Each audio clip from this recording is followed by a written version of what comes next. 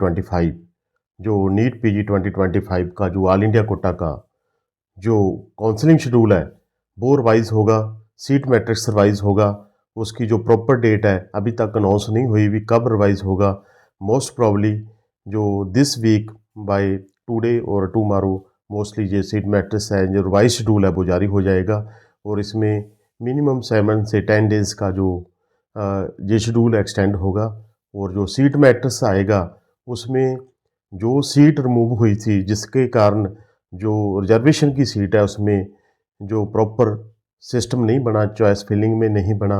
और जो seat show हो रही थी वो प्रॉपरली वो चॉइस फिलिंग में स्टूडेंट्स को जो नहीं प्रॉपरली शो हो रही थी, जिसके कारण ये जो काफ़ी ज़्यादा जो कंप्लेंट्स है जो एमसीसी को जो पहुंची, उसके कारण ये जो शेड्यूल है एक्सटेंड किया गया। सीट मैट्रिक्स को दोबारा जो प्रॉपर वे पर जो with reservation rule and regulation के मुताबिक प्रिपेयर किया जाएगा। और उसके साथ साथ जो चॉइस फिलिंग का भी हो सकता है, अभी सभी स्टूडेंट्स को दोबारा मौका मिले कि अगर कोई चेंजेस करना चाहता है तो कर सकता है। उसके साथ साथ ये शेड्यूल है जो 10 डेज़ तक जो एक्सटेंड हो सकता है।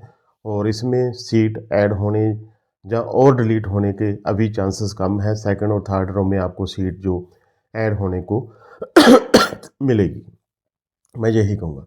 इसके अलावा जो सुप्रीम कोर्ट का जो केस था उसमें कल हियरिंग हुई और उसमें जो नेशनल बोर्ड ऑफ एग्जामिनेशन द्वारा जो अपना जो पक्ष पेश किया गया और यही कहा गया कि हम पूरी तरह जो क्वेश्चन बैंक है इसलिए जो डिस्क्लोज नहीं कर सकते, क्योंकि अगर हम इसे डिस्क्लोज करते हैं तो फिर ये बहुत जल्दी जो क्वेश्चन बैंक है वो ख़त्म हो जाएगा, उससे जो पेपर पर कंट्रोल नहीं रहेगा।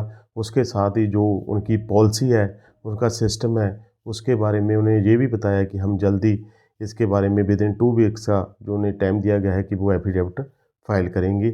इसके अलावा स्टेट्स का डे बाई डे जो काउंसलिंग शेड्यूल है वो जारी हो रहा है। और उसी तरह जो बिग स्टेट है जैसे राजस्थान है, उन्हें भी बोला भी जब भी जो ऑल इंडिया कोटा का शेड्यूल जारी होगा उसके साथ साथ हमारा जो शेड्यूल है वो भी रिलीज़ कर दिया जाएगा।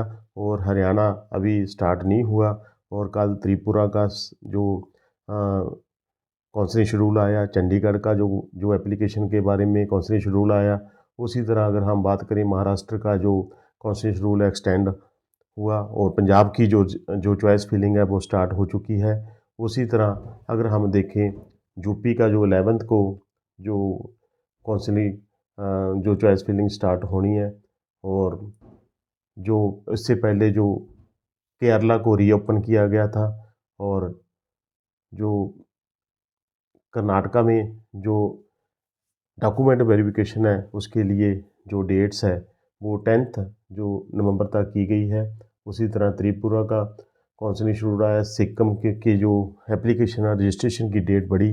ये जो अपडेट्स है, मैं स्टेट्स के बारे में अपडेट्स है जो मैं आपको बता रहा हूँ। उसके साथ साथ बहुत स्टूडेंट्स का यही है कि ये जो ऑल इंडिया कोटा का क्योंकि जो आज जो ऑल इंडिया कोटा का रिजल्ट आना था और जो फर्स्ट वीक जो इनकी क्लासेस शुरू होनी थी वो भी कुछ समय एक्सटेंड होगी। पहले ही जो काउंसलिंग प्रोसेस है वो काफ़ी डिले चल रहा है, परंतु दिस ईयर सीट मैट्रिक्स के कारण जो ये काउंसलिंग प्रोसेस है या काउंसलिंग शेड्यूल शुरू होने आने में या काउंसलिंग प्रोसेस शुरू होने में काफ़ी देर लगी। परंतु कोर्ट केस का इस पर कोई इफेक्ट नहीं था, ना ही इन फ्यूचर इसका कोई इफेक्ट रहेगा, क्योंकि अभी तक इसमें कोई स्टेज ऐसा कुछ नहीं हुआ जिसके कारण की काउंसलिंग प्रोसेस रुके। परंतु मैं यही कहूँगा कि जो शेड्यूल है विद इन 2 डे और वेरी नेक्स्ट डे या भी जारी हो जाएगा। उसके बाद आप एमसीसी की साइट पर टच रहना, जब मैं भी आपको वीडियो राही बताऊंगा। और मेरे टेलीग्राम चैनल को ज्वाइन करना, वहाँ पर भी आपको अपडेट्स मिलेंगे।